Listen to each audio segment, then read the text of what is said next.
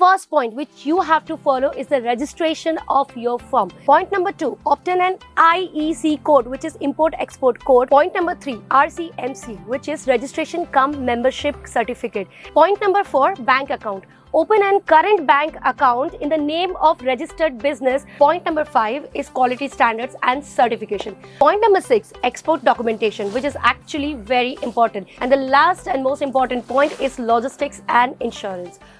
Hey, how are you people? My name is Momita Shah and today's video is going to be very different and extremely important. So if you are based in India,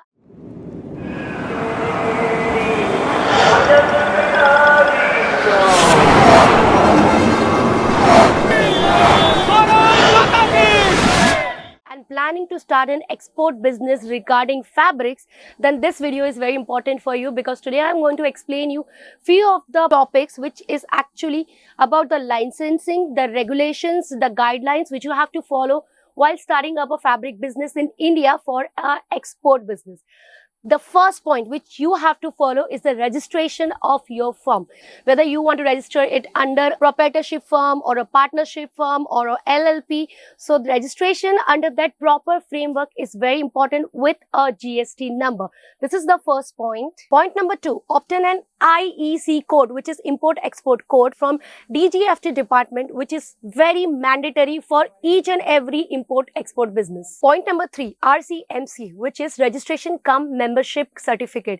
It is also important to obtain all the government benefits and the tax benefits also. Point number 4, bank account. Open an current bank account in the name of registered business and in that particular bank which allows you foreign exchange trades. Point number 5 is quality standards and certification.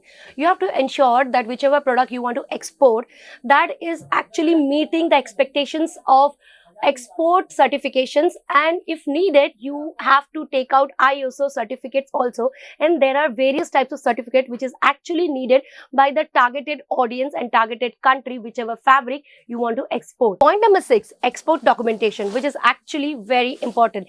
There are various types of documentation which is needed when you want to start an export business. So there are many people who will guide you, or Google can also guide you regarding the export documentations. And the last and most important point is logistics and insurance. So you have to obtain various types of insurance like marine insurance, because the craft may go through water also, and there are various modes of transportation when it comes to exports.